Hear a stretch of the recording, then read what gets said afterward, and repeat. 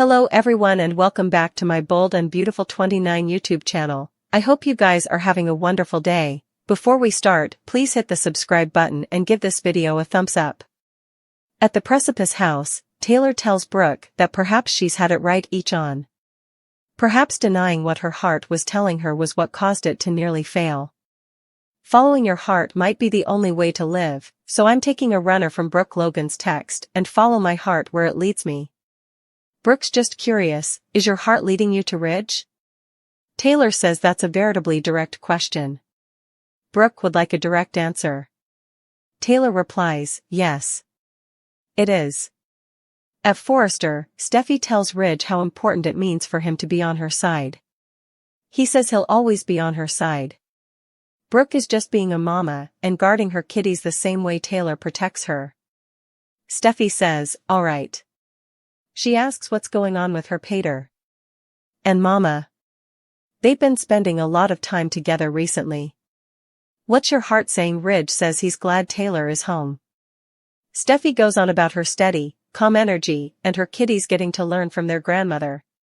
It's crazy to suppose of her mama as a grandmother.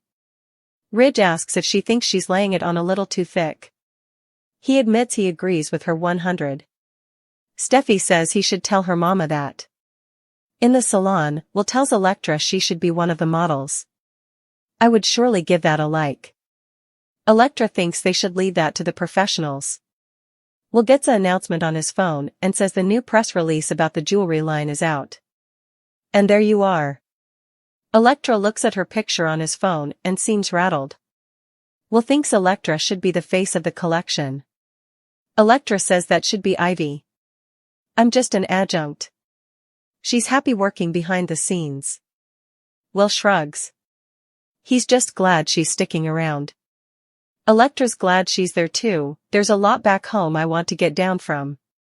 Will doesn't mean to pry, but asks, what are you talking about? He asks again. What's back at home that she's trying to get down from? Elektra doesn't want to suppose about the history. She'd rather concentrate on right then and right now. She's looking forward to staying in one place for a while. Will says, as long as that place is right then. They look at jewelry samples and Will thinks they look great. Elektra says Ivy's talented and she slightly had anything to do with it. Will picks one he thinks she had further input on and puts it on her wrist. That bone. All you, and I suppose you should wear it in the print shoot moment. Elektra's dismayed to hear of a print shoot. Oh, no, no, no. She's not comfortable in front of the camera. Will see ain't believe someone so beautiful has ain't been approached about modeling. Elektra says she did it formerly, it was ain't for her. Will's still concerned. It sounds like she had it rough at home. Elektra changes the subject to him. In the main office, Steffy goes on about Ridge helping her mama. He weighs he'd do anything for Taylor. Steffy says it was no small thing, you showed mama your love. You healed her heart. Ridge thinks he broke her heart, they went through a lot as a family. Steffy agrees. There's not a day that goes by when she doesn't suppose about her late binary Phoebe. She can't imagine what he and her mama went through. Steffy's sensations that her mama didn't lay down and die, she persisted, because of them. Ridge asks, are you saying I didn't? Steffy says he didn't. He'd Brooke.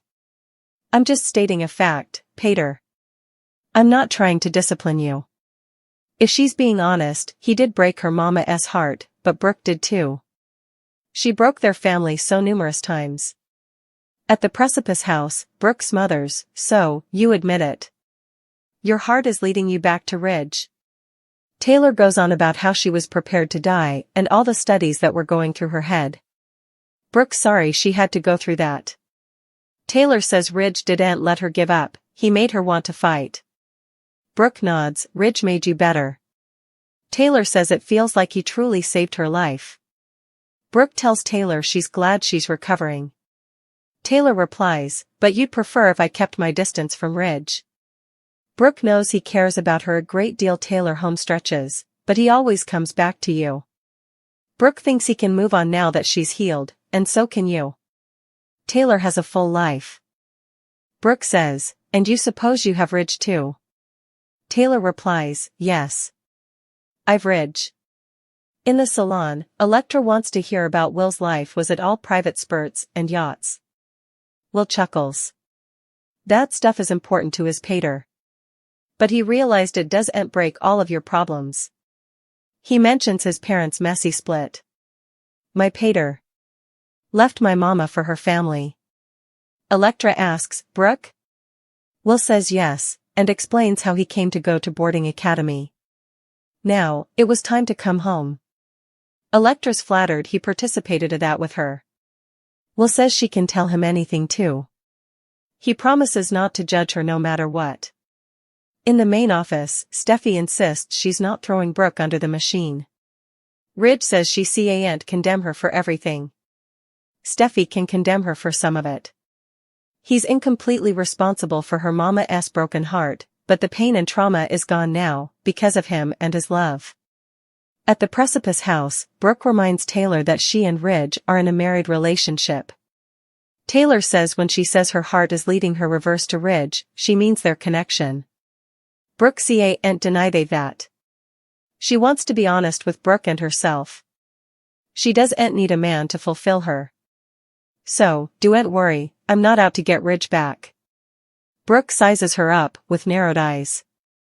In the salon, Will tells Electra he wasn't sure he wanted to work there in the first place, but now he gets to come in every day and see her. She drops a ring, and Will kneels to pick it up, joking that this feels oddly familiar.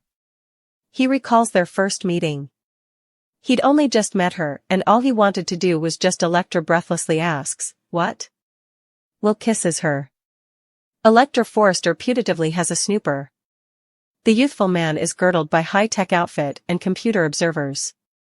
It seems veritably analogous to the scene that showed Sheila Carter Sharp when she learned of John Finn Finnegan's and Steffy Forrester Finnegan's engagement. Could Sheila and Remy Price be connected? The show is lacking a real wrong villain right now. Thomas Forrester has been redeemed multiple times and is now off the oil. Luna Nozawa is behind bars and Sheila is reformed.